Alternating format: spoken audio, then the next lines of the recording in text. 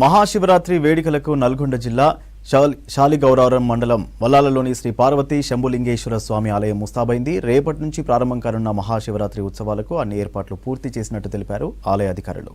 రంగురంగుల విద్యుత్ దీపాలతో ఆలయాన్ని సుందరంగా అలంకరించారు. ఏటా 9 రోజుల పాటు వైభవంగా సాగనున్న మహాశివరాత్రి ఉత్సవాలకు వివిధ ప్రాంతాల నుంచి భక్తులు తరలివస్తున్నారు.